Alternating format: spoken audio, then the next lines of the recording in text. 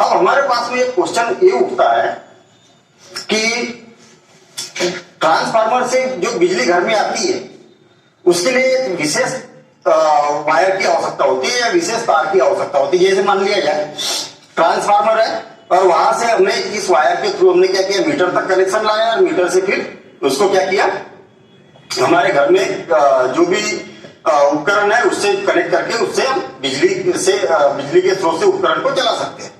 अच्छा, अब सोचने वाली बात यह है कि बिजली यहां से यहां तक कैसे आती है। कितना बढ़िया क्वेश्चन है। दूसरा, इस वायर की जगह अगर मैं कांच को अगर यूज करूं और कांच को अगर इस टर्मिनल से ट्रांसफार्मर से अगर घर तक लाने की कोशिश करूं तो मेरे ख्याल से हम जानते हैं कि कांच के द्वारा बिजली नहीं आएगी। अगर इसी के जगह मैं लकड़ी का उपयोग करूंगा तो बिजली नहीं आएगी। अगर इसी के जगह अगर हम मान लिया जाए कि ये पीतल का है, ये कॉपर का दिखाई दे रहा है आपको, ठीक है, पीतल का या लोहे का अगर हम यूज करें तो उससे भी बिजली आ जाएगी। तो यहाँ पर क्वेश्चन ये उठता है कि ऐसा क्यों होता है कि कुछ ही एक स्पेसिफाइड वायर होता है जिसके द्वारा ही बिजली घर पे आ सकती है। तो उस कॉन्सेप्ट को हम पहले समझ लेते हैं और इस कॉन्सेप्ट को समझेंगे तो हमें ये पता चल जाएगा कि वास्तव में बिजली का प्रवाह किस प्रकार से होता है। क्योंकि धारा बोला है तो धारा को हमें समझना है कि धारा किस प्रकार से बनती है। इसमें देखेंगे कि बिजली के वायर है, देखिए भाई बिजली क्या है, इस सिरे से इस सिरे में ये वाला एक्चुअल वायर है जो यहाँ पर ऑफिस में जो बिजली की वायरिंग की थी ना, उसका बचा हुआ तार है, वो दिखाने के लिए मैंने निकाला है। एक्चुअल यही वाला तार है यहाँ पर पूरे फिटिंग में लगा हुआ है, ठीक है। तो यहाँ पर अगर ये देखें तो इसमें देखिए कितने सारे तार है। इसको मैं अगर ऐसा फैलाऊं तो देखिए कितने सारे तार है। अब हमारा क्वेश्चन ये उठता है कि इतने सारे तार क्यों लगा दिए भाई इसमें। देखिए बहुत सारे तार है, तो पतले पतले से एकदम पतले पतले से तार है, इतने सारे तार क्यों लगा दिए भाई। एक ही मोटा तार लगा देते, ठीक है, तो बनाने में भी सुविधा जाती, कंपनी को हमें भी सस्ता मिल जाता, इसकी कास्टिंग कम पड़ती। तो ऐसे बहुत सारे तार क्यों लगाए और इसी धातु का तार क्यों लगाया, इसके क्वेश्चन के आंसर हमें आगे चल के मिलने वाले हैं। क्योंकि ये बहुत बड़ा क्वेश्चन है। कई बार आप दुकानदार से मांगते भी है तो ये बोलते हैं कि यार भाई ये 9 तार होना चाहिए उसमें, या 11 तार होना चाहिए, या 18 तार होना चाहिए। मतलब इस प्रकार से जितने ज्यादा तार रहेगी उतना ज्यादा अच्छा माना जाता है। वो क्यों माना जाता है उसके बारे में हम डिस्कशन करेंगे। पहली बात तो ये समझे कि हमारे घर में जो बिजली का कनेक्शन होता है उसको हम साइंस की लैंग्वेज में किस प्रकार से प्रदर्शित करते। देखिए बैटरी का मैंने अभी डायग्राम बनाया था इस प्रकार से। बैटरी का डायग्राम कैसे बनाया था, ऐसा बनाया था। इसको क्या बोला था मैंने, प्लस, और इसको माइनस। बनाने में कितनी परेशानी है, तो इतना बड़ा बॉक्स बनाएंगे, प्लस बनाएंगे, माइनस बनाएंगे और डायग्राम में बनाने में ज्यादा मेहनत लगेगा। तो ये पूरी की पूरी बैटरी को हमें अगर सांकेतिक रूप से अगर प्रदर्शित करना है तो इस प्रकार से प्रदर्शित करेंगे। हालांकि इसको डिटेल में हम कि इनको किस प्रकार से प्रदर्शित किया जाता है। देखना, जो बड़ी लाइन है उसको धन आवेश से प्रदर्शित किया जाता है और जो छोटी लाइन है उसको ऋण आवेश से प्रदर्शित किया जाता है, ठीक है। इसका कनेक्शन इस प्रकार से परिपथ बना और मान लिया जाए कि हमें यहाँ पर बल्ब जलाना है, ठीक है। यहाँ पर बल्ब जलाना, एक स्विच भी लगा देते हैं। यहाँ पर देखिए एक स्विच लगा हुआ है और इसके साथ साथ में हम क्या करते हैं, एक एमीटर लगा देते हैं। क्या कर देते हैं, एमीटर लगा देते हैं और एमीटर को इस परिपथ से जोड़ देते हैं। एक परिपथ बन गया, देखना सिंपल है। इसको क्या किया हमने, एक बैटरी है, बैटरी के धन सिरे को लाइट के एक सिरे से जोड़ दिया और ऋण को मतलब अर्थ को भी हमने दूसरे सिरे से जोड़ दिया। अब सिरे का मतलब क्या है, देखिए जो भी उपकरण, हमें ये मालूम होना चाहिए कि जो भी उपकरण चलते हैं उसमें 2 टर्मिनल होते हैं। देखिए 2 टर्मिनल है, ये बल्ब है, 2 टर्मिनल है, एक ये है और एक दूसरा ये है। आपको वैसे ज्यादा मेहनत करने की जरूरत नहीं होती। होल्डर में भी ऐसे 2 टर्मिनल होते हैं। जब आप बल्ब को लगा देते तो ये एक टर्मिनल से जुड़ जाता है, ये दूसरे टर्मिनल से जुड़ जाता है, लाइट चालू हो जाता है, ठीक है ना। तो ये ऑटोमेटिक मतलब सिस्टम बना है, कंपनी ने बराबर उसको डिजाइन किया हुआ है। लेकिन ओवरऑल अगर समझे तो हमें बल्ब को जलाने के लिए प्लस और माइनस की जरूरत पड़ती है। एक प्लस है, माइनस है, तो हम इसको प्लस और माइनस मिलेगा तो बल्ब जलने लगेगा। अब प्लस को देखिए, ये एक टर्मिनल से बल्ब के दूसरे टर्मिनल से माइनस को जोड़ दिया तो ये बल्ब क्या होगा, जलने लगेगा, अभी नहीं जलेगा। स्विच क्या है, ऑफ है, इसको ऑन करना पड़ेगा, जैसे ऑन करेंगे वो बल्ब जलने लगेगा।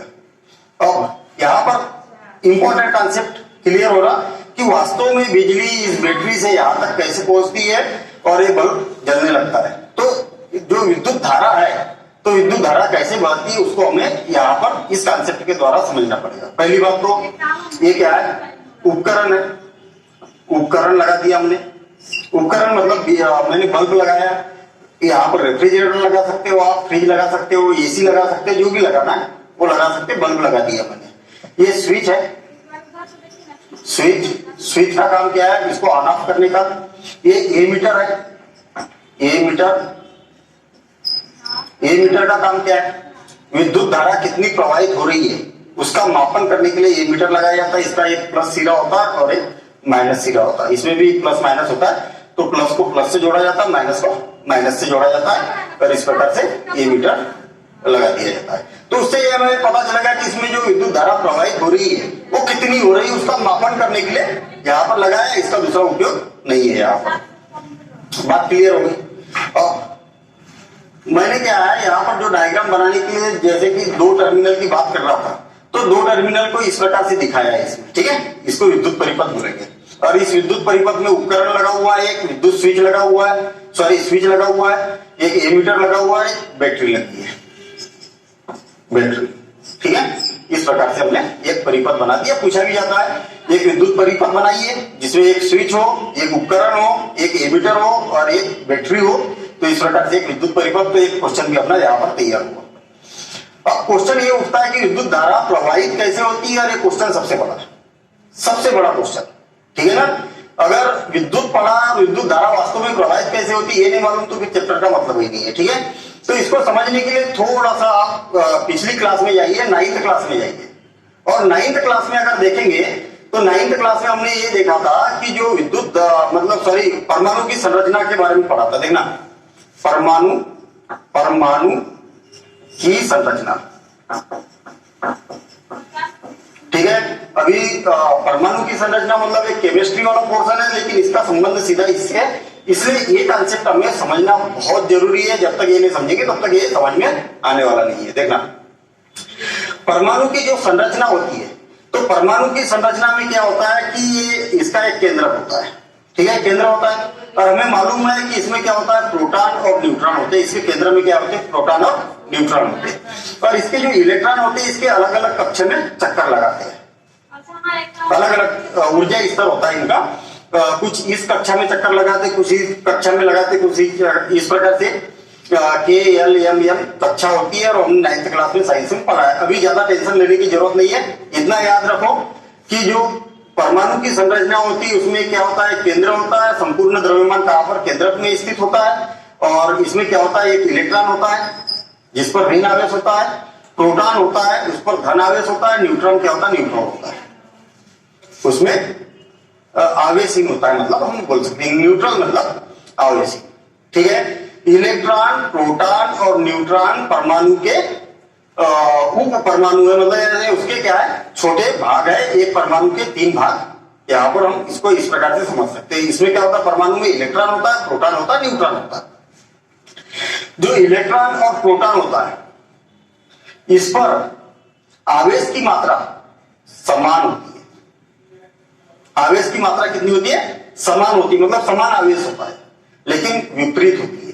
देखना, इलेक्ट्रॉन पर ऋण आवेश, प्रोटॉन पर धन आवेश, लेकिन इसका माप जो होती है, इसकी माप क्या होती है, समान होती है। और न्यूट्रॉन क्या होता है, न्यूट्रल होता है। अब हमें प्रकृति में जो सामान्यतः पाए जाते हैं उसमें इलेक्ट्रॉन और प्रोटॉनों की संख्या क्या होती है, समान होती है। अगर मान लिया जाए ये पेन है, ये कई सारे परमाणुओं से मिलकर बना है, इसमें एक परमाणु की अगर बात करेंगे तो इसमें एक परमाणु में इलेक्ट्रॉन और प्रोटॉन की मात्रा क्या है, समान है। इसी प्रकार से अगर मेरे पास में यहां पर देखेंगे कि एक कांच की छड़ है, कांच की छड़, इसमें इलेक्ट्रॉन और इसके कई सारे परमाणु मिलकर बना हुआ है, ठीक है। तो एक परमाणु को अगर देखा जाए तो प्रत्येक परमाणु में इलेक्ट्रॉन और प्रोटॉनों की संख्या क्या है, समान है, और समान रहने लेकिन विपरीत चिन्ह है, एक धनात्मक एक ऋणात्मक। तो एक छोटे से परमाणु का यहाँ पर स्ट्रक्चर बना है। इसीलिए यहां पर देखेंगे कि मान लिया जाए कि मेरे पास में कागज के टुकड़े हैं, देखिए इस प्रकार से कागज के टुकड़े हैं मेरे पास, ये देखिए कागज के टुकड़े दिखाई दे रहे हैं, कागज के टुकड़े, ठीक है। ये भी परमाणु से मिलकर बने हैं, ये भी परमाणु से मिलकर बने हैं, इसमें भी इलेक्ट्रॉन और प्रोटॉनों की संख्या क्या है, समान है।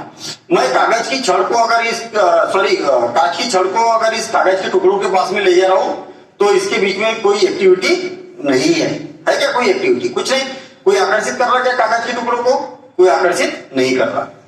अब इसके द्वारा हमें बहुत कुछ चीजें समझने को मिलने वाली है, देखना। अब मैं क्या करता हूं, सूखे बाल से भी रगड़ सकते हैं इसको, या रेशम के कपड़े से इसको रगड़ रहा हूं मैं। देखिए कांच की छड़ को मैंने क्या किया, रेशम के कपड़े से रगड़ा, ये रगड़ रहा हूं, थोड़ा सा इसमें आवेश आ जाए, और आवेश आने के बाद में क्या होगा उसको भी हम यहाँ पर समझेंगे, देखना। इसे रगड़ दिया और रगड़ने के बाद में मैं कागज के टुकड़ों के पास में इसको ले जा रहा हूं। आप देखेंगे कि ये कागज के टुकड़े को एक आकर्षित करने लगा है, देखेंगे अभी नहीं कर रहा तो और एक बार थोड़ा सा रगड़ देता हूं, क्योंकि और इसमें होगा क्या इसके बारे में भी हम यहां पर समझेंगे, ठीक है।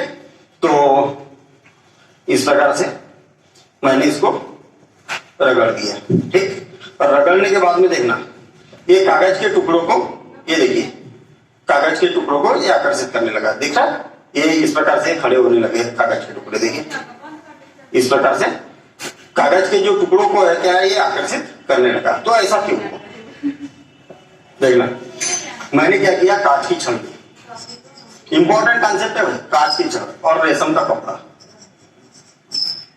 रेशम, ठीक।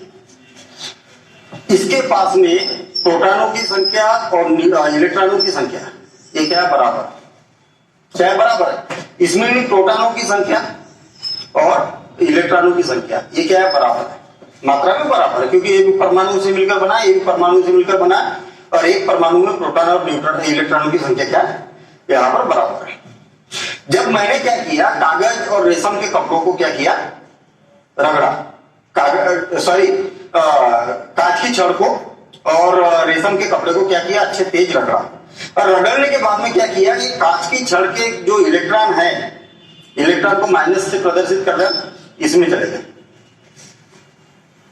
जब रेशम के कपड़े में चले गए, जब यहां पर इलेक्ट्रॉन और प्रोटॉनों की संख्या बराबर थी और इसमें से कुछ इलेक्ट्रॉन इसमें चले गए,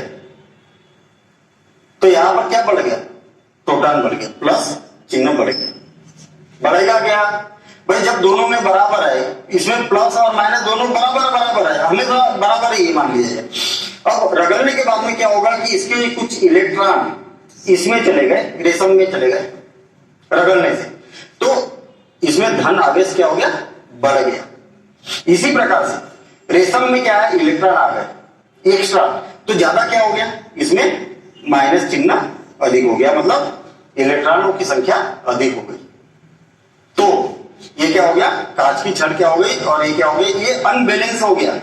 यहां पर जो बैलेंस है, इलेक्ट्रॉन और प्रोटॉनों का बैलेंस है, यहाँ इलेक्ट्रॉन और प्रोटॉनों का बैलेंस है, दोनों जगह अनबैलेंस हो गया। और अनबैलेंस होने के कारण, मतलब असंतुलित होने के कारण, इसमें क्या हो गया, आवेश उत्पन्न हो गया, और ये आवेश के कारण ही विद्युत का संचरण होता है, किस प्रकार से होता है उसको भी और समझेंगे, ठीक है।